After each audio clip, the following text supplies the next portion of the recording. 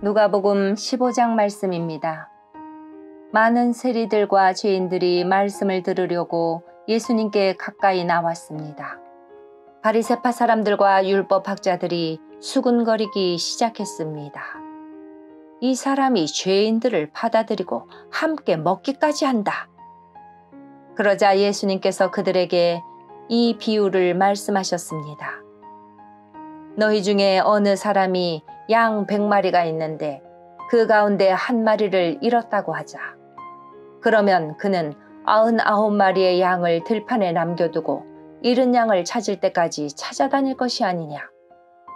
그리고 양을 찾으면 양을 어깨에 메고 기뻐할 것이다.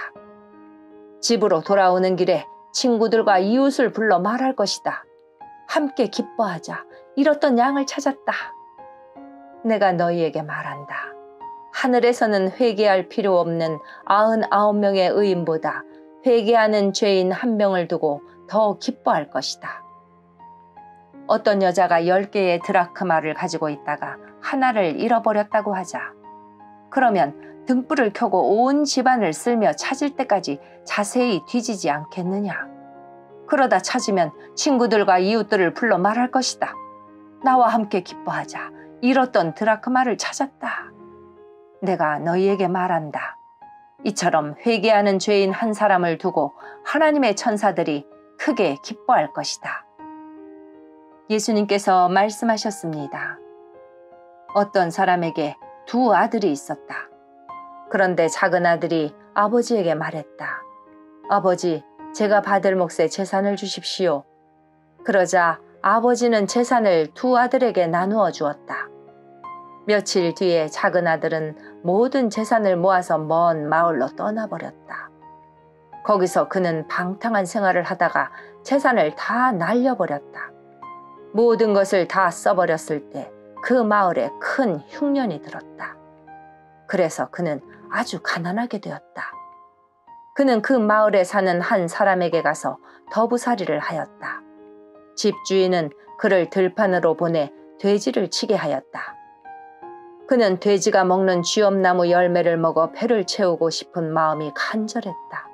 그러나 주는 사람이 없었다. 그제서야 그는 제정신이 들어 말했다. 내 아버지의 품꾼들에게는 양식이 풍족하여 먹고도 남는데 나는 여기서 굶어 죽는구나. 일어나 아버지께 돌아가 말해야겠다.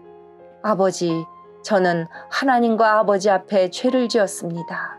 저는 더 이상 아버지의 아들이라고 불릴 자격이 없습니다. 저를 아버지의 품꾼 가운데 하나로 여기십시오. 그 아들은 일어나 아버지에게로 갔다.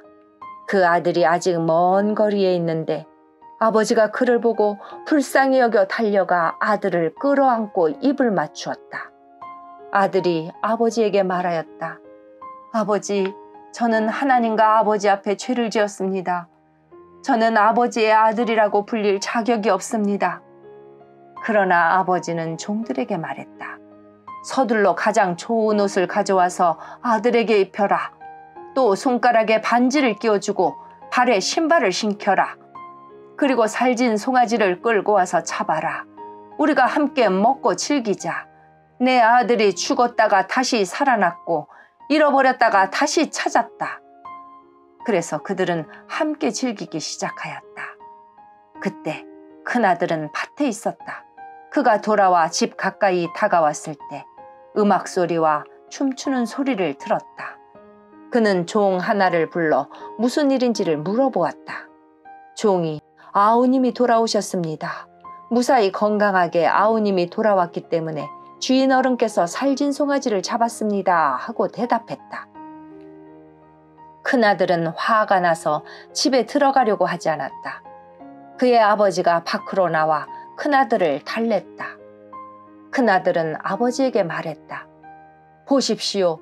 저는 수년 동안 아버지를 섬겨왔습니다.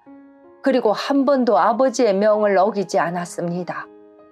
그런데 아버지께서는 한 번도 저를 위해서 친구들과 즐기라고 염소 새끼 1마리도 주신 일이 없었습니다. 그런데 장녀들과 함께 아버지의 재산을 다 써버린 아들이 집에 돌아오니까 아버지께서는 그를 위해 살진 송아지를 잡으셨습니다. 아버지가 그에게 말했다. 아들아, 너는 언제나 나와 함께 있었으니 내가 가진 모든 것이 내 것이 아니냐. 내 동생은 죽었다가 다시 살아났고 잃었다가 다시 찾았으니 우리가 즐거워하고 기뻐해야 하지 않겠느냐. 아멘.